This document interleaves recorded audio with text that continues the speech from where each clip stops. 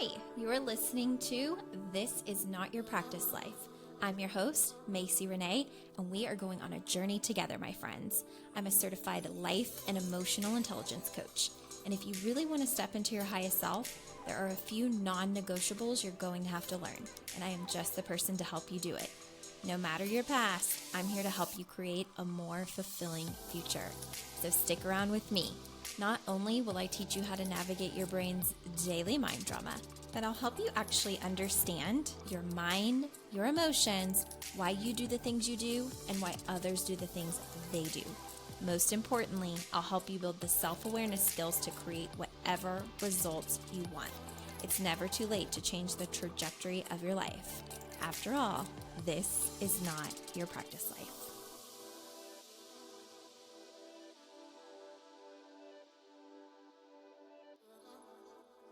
Hi, friends. Welcome back to another episode of This Is Not Your Practice Life podcast. My name is Macy. I'm an emotional intelligence coach, and I'm so excited to have you back and joining me for another episode. Today, I am going to teach something that I've actually taught on the podcast before, but I have a little prop with me. If you do not know me and you are brand new, first of all, welcome. I'm so excited that you're here. But second of all, as a coach, I am very visual. So my clients are really used to crazy visuals that I give them in order to make what can be a lot of information fun and, memorable and applicable to the ways that they want to use it in their life. And so this is going to be no different. I'm going to share with you something that I read in a book years ago that just changed my life like so tremendously. It is probably one of the most impactful sentences I have ever read in a book and has stuck with me forever. And I believe that book was called The Angry Therapist by Dr. John Kim. But here's what I want to say about it. I want to talk about how we do not have to own everything that people try to give us. And I'm going to go somewhere with this and what that really means. But there's something about human interaction where we really become offended easily, impacted by the things that people say, impacted by other people's energy, impacted by their moods, how they show up in the world. And all of it is very valid because we're energetic beings. So naturally, when you walk into a room, if that room has poo-poo energy, you can feel the poo-poo energy. An example that I would always give my clients is if you have a couple and they're hosting a party and, they decide, or they don't decide, but like they get into a tiff, they get into an argument, they get into this situation where they're arguing before the party. And then the doorbell starts ringing, people start coming in. As the person attending the party, it doesn't matter if they put on a smiley, awesome face, you will feel the tension. And I'm sure there are times in your life where you've had this situation where you've walked into a room and it feels like an elephant is in the room, or it feels like the life was just sucked out of your body. And it's because like our energy is so palpable. We really can be impacted just by entering into an environment and our body kind of being like, oh no. But the way that I want to kind of talk about this today is in the sense of when people try to invite you into their funks, their moods, just the aura of, I call it like poo-poo energy. And here's why. I used to be really impacted, especially as an empath. I used to be really impacted by other people and how they showed up in the world. And I used to also be someone who would blame people for everything. I would blame my moods on other people's moods. I would blame my attitude for other people that treated me a type of way. I never felt like I had my own autonomy in my emotional life. So it was kind of like, this person did this. That is why I'm behaving this way. If they hadn't said this, I would be in a good mood. And you guys, as validating as it may feel in the moment, it really, truly robs you of your power. Period. Okay, we can either be someone that is in control of how we navigate the world, no matter what other people are doing, or we could be a victim and blame everybody. And the problem with blame is as soon as you blame someone or something else for your mood, for how you're showing up in the world, you then give your power away. So it's like I use this example of a pen. Let me just grab a pen right now. Okay, you have a pen. You're in charge of writing your story. Someone else has a pen. They're in charge of their story. Everybody in the world has their own pen. But what we tend to do is try to control other people's pen or let other people control our pen. So an example would be there were times where my husband, at one of his jobs or one of his careers that he's had, we've been together a really long time. We were high school sweethearts. So we've been together since we were 18 years old.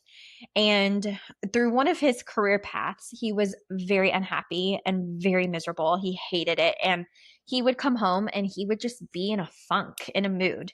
And it would take him like coming home, decompressing, taking a shower, maybe if I had dinner ready, like eating, sitting on the couch, turning on sports before his nervous system would feel settled enough to be able to interact and to be excited about interacting. And the thing about it is my expectation as his wife was that when he came home from work, he would just come over, say hi, maybe kiss me and be like, how was your day?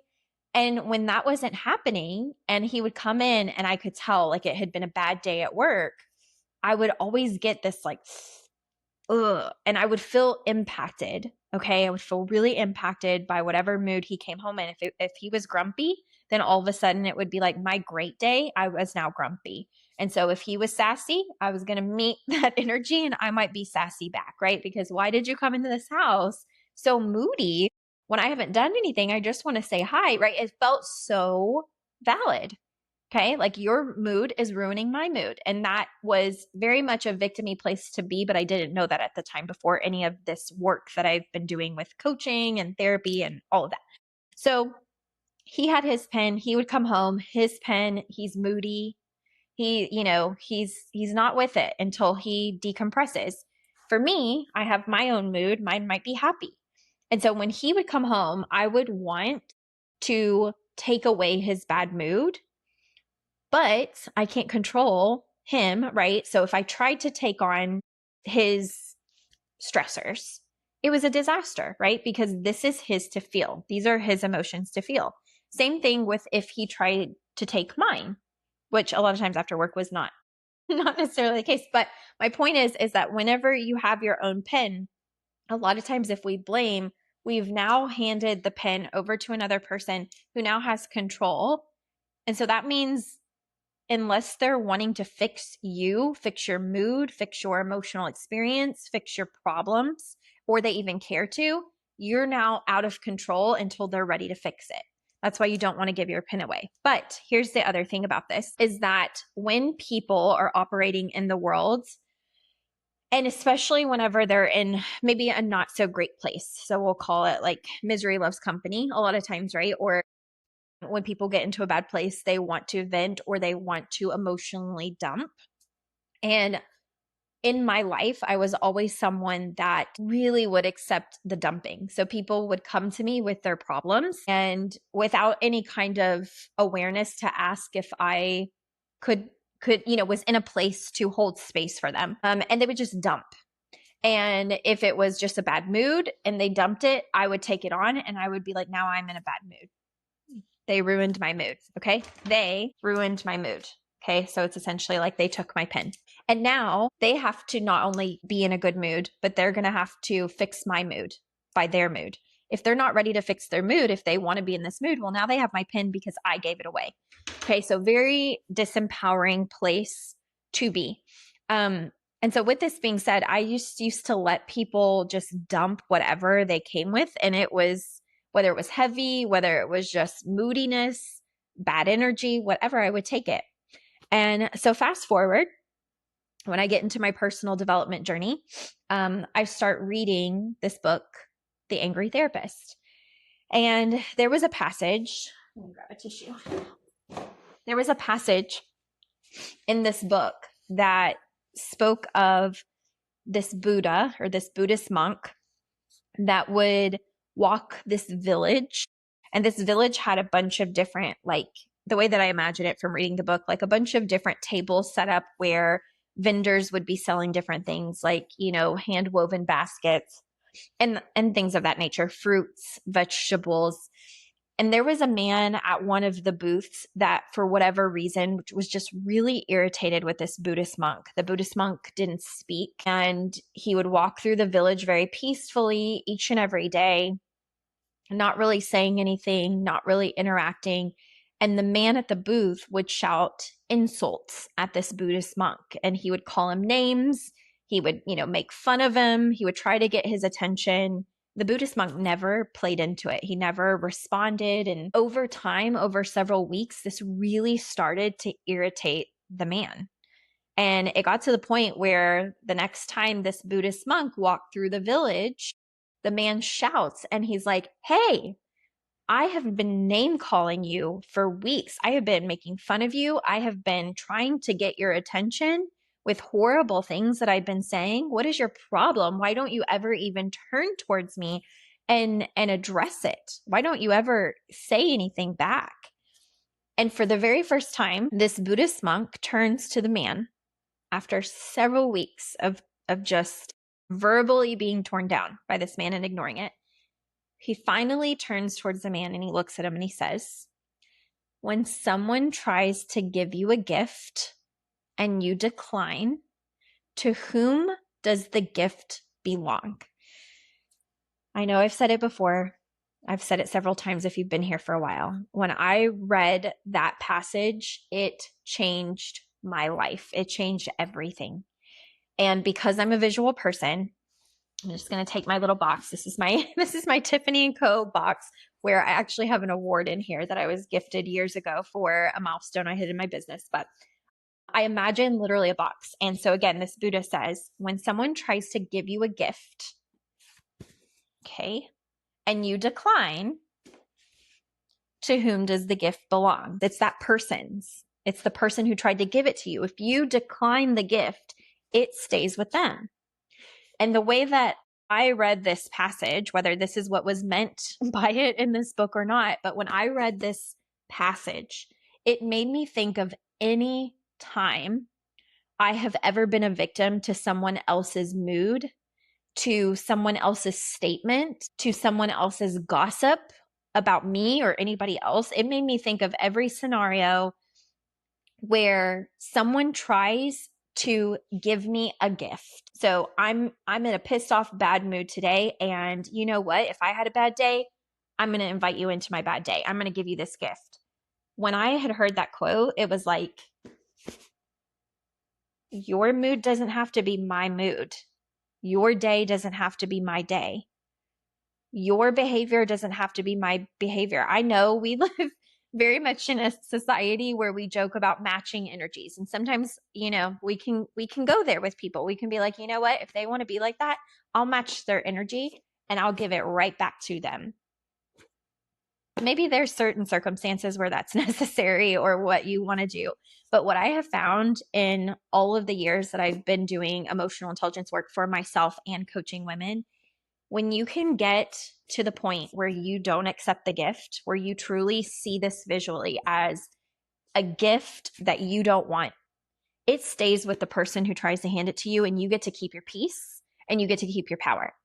And like I said, I'm crazy about visuals. So for anybody that's listening just via audio, you can't see this, but I'm holding up a gift box. And here's what I imagine, just to make it real, because we're human. What does our brain try to do? Protect us and keep us safe. So when people test us, right, and they're like trying to invite us into their shit or whatever it is, it's really tempting to match energy sometimes. If someone hurts you or they're saying hurtful things to you, it's really a human kind of response to be like, I'm going to give that right back to them. As in, I'm going to take the gift and they're going to get a dose of what they've just tried to give me. Now, here's what I imagine. So when someone's in a bad mood, as soon as I see that they're trying to hand me this gift, here's what I imagine. I imagine that if I undo this bow, which I know you can't see if you're just listening to the podcast, but if I untie the bow and I open it, I imagine that a bunch of glitter confetti and shit pops out of this box and lands all over me. Like, that is genuinely and legitly how I think about this. This is how serious I think about this concept. I think, okay, someone's in a bad mood and I've had a great day and they're like, oh, my life sucks. I hate my life. I hate all the people in it. The world sucks. Everybody sucks. Nothing's working in my favor. I'm a victim, blah, blah, blah. When someone's in that space, it can be really easy to watch, especially if you're an empath, to just feel yourself being drained. Okay, maybe you're doing a lot of this kind of growth work. Your spouse, your siblings, your family is not. And so you're around people who are like all the time. Well, when they do that, they're like, who is going to take this box? Because it feels like shit for myself. So who's going to take it from me? And a lot of people take the gift and then they're like, now I'm in a bad mood. And that's exactly the trap that I used to be in. No matter who it was, okay, this is beyond my husband. If it was a friend, if it was a family member, if it was a coworker, if it was anybody, they would be like, I hate this box. I hate this life. I hate this day. I hate this. And I was someone that wanted people to feel good, and I'm very empathetic anyways. And I do respond to like what the environment feels like. I'm very intuitive, very in tune. So when people would like reach out before I had read this book, I would grab it. And then whatever shit and glitter was in this box, when I opened it, would land all over me. And then I'd be like, now I'm in a bad mood. Now I also think everything sucks. And now my life sucks. Now I'm dirty and I can't get this off. Like if any of you all have ever tried to clean up glitter, or I've even told a client, I said, imagine this box is not only full of crap, it's full of crap and sand and glitter. Do you know how hard that is to clean up? We do not need to match everybody's energy. We do not need to accept the gifts that people try to give us. We do not need to own other people's stuff. We do not need to take people's pens, because what's in this box is messy and ugly and gross. And it takes a lot of cleaning up to get rid of it. So when someone is trying to invite you in, I want you to imagine this box. And I want you to imagine what's in the box. Crap, glitter, and sand. And it's like when you open it, it's like a Jack in the Box. It jumps out. You don't get to just open it and throw it. It's going to be all over you. So really think about that, because why? And I can tell you, I've had so much more peace when I know I'm in control of my emotions. This is emotional intelligence work. Emotional intelligence work is, there's a lot of people walking around with some crazy crap in their boxes. And no matter how much I maybe want to help, or how empathic I am, or intuitive, or how, what my intentions are, like, I just want to be mindful that I don't have to take this. I don't have to own this. It's not mine to own. It's not mine to fix. Like, people have to be responsible for their own emotional experiences. They have to be responsible for their own results in life. They have to be responsible for what they are creating in their life. And when they're not happy, trust me, they want to give the box away. They can't wait for someone to take this bait. Take it away. I don't like it. That's exactly how they operate. And don't take it. You don't have to. I don't care if someone is trying to shove this thing down your throat. When someone tries to give you a gift and you decline, to whom does the gift belong? It stays with them. Simple as that. Life-changing concept. Best thing that I've literally probably ever read in a book. And it really helps me maintain who I am when people are nasty, when they're ugly, when, people don't behave the way that I hope that they would. Or, whenever I'm really hopeful and then I'm like, man, they're really struggling to grow, or they're really struggling to change, or they're really struggling to see how they have power over this. And they're wanting to give that crap to me. And I do not have to take it, nor will I anymore. Now that I know better, every now and then I'm human. And every now and then I will get, sucked into starting to untie the bow of this box. A lot of times I can catch it and remember, like, wait a minute, it's not mine and I don't want it. So I hope that this concept helps you. I really hope it helps you in understanding that you don't have to own other people's stuff. especially when you start to grow, you guys, if you're doing mindset work, if you're doing emotional intelligence work, for sure, if you're one of my clients, you will know that this is challenging. Once you start growing, it can be really hard. It's a lonely journey because there are less people doing their work to control their own pen than there are people who are trying to shove their pen in someone else's hand or trying to take someone's pen to control them. There are a lot of people with a lot of crap in their box that they don't like, that they feel a victim to, that they're not trying to fix. And so they're just trying to hand it and give it away. So when you're someone that is working on yourself, you naturally have a different energy. You operate at a different frequency. You have a different light about you. You see the world differently. You're not a victim to things. You step into your power. Like you're a completely different person. And a lot of people want to be around that, and not only want to be around that, but want to give you their crap because they're like, that person, like either I'm going to drag that person into what I have going on, or maybe that person can fix me. And it is not your responsibility to fix anybody else's stuff. That is for them to fix. Okay. Don't care who it is. You cannot fix everybody. As much as you have great intent and want to, it's a personal choice. Okay. So you can't fix it. And, at the end of the day, sometimes the hardest thing is remembering like who you want to be when there are a lot of people inviting you to a lot of different things in the world. Who do you want to be? And that in itself is a skill to practice because, again, if you're empathic, if you're someone who feels for people and you have a lot of compassion, that's a great thing. But it doesn't mean that you have to fix it or that you have to take it on. It's not yours to do so. So if anything, point them to this podcast so they can have their power back and they can learn not to take other people's boxes, because maybe everything that's in their box is because they've been taking so much of other people's stuff and they don't know that they can stop. So I'm just here to let you know you can stop. You don't have to take the gift. And that is all. I hope you all have an amazing day. Thank you for tuning in to This Is Not Your Practice Life podcast, and I'll see you next time.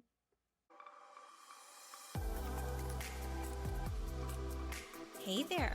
Thank you so much for joining me on today's episode of This Is Not Your Practice Life podcast. If you'd like to connect on social media, you can find me on both Instagram and Facebook at Macy Renee Coaching. And if you want to stay up to date on all of my offers, announcements, and inspirational emails, you can join my email list at macyrenee.com. In addition, if there's a way that I can further support you in your coaching journey, you can schedule a free 60-minute consult at macyrenee.com anytime you want so we can discuss the best options for you. I look forward to seeing you next week, and I hope you have an amazing day. Bye.